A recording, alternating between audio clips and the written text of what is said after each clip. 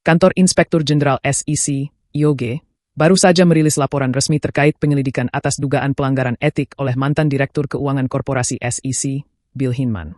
Laporan ini menjawab tuduhan dari lembaga whistleblower Empower Oversight, Empower, yang sudah bertahun-tahun mempertanyakan integritas pernyataan Hinman soal Ethereum.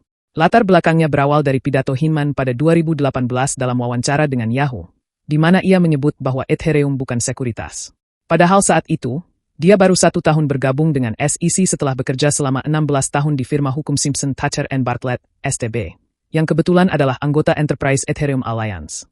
Empower menilai pernyataan Hinman bertentangan dengan sikap SEC terhadap proyek lain seperti Ripple, XRP. Mereka mencurigai adanya konflik kepentingan karena Hinman punya hubungan lama dengan STB dan diduga mendapat keuntungan pribadi dari posisi dan pernyataannya tersebut. Namun dalam laporan setebal 10 halaman yang dirilis pada 10 April 2025, SEC menyimpulkan bahwa tidak ada bukti pelanggaran hukum konflik kepentingan oleh Hinman.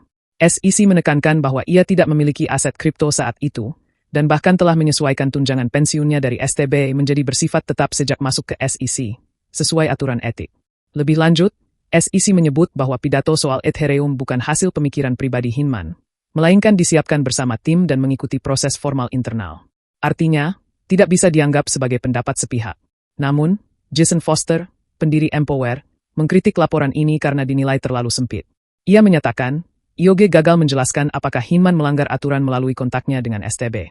Selain itu, isu penting seperti selective enforcement atau perlakuan tidak adil antara Ethereum dan XRP juga tidak disentuh dalam laporan. Hal inilah yang kembali memicu perdebatan di komunitas, termasuk ketegangan lama antara pendukung XRP dan tokoh seperti pendiri Cardano, Charles Hoskinson. Jadi, meskipun laporan ini resmi membebaskan Hinman dari tuduhan hukum, pertanyaan soal netralitas SEC dalam mengatur industri kripto tampaknya masih jauh dari kata selesai.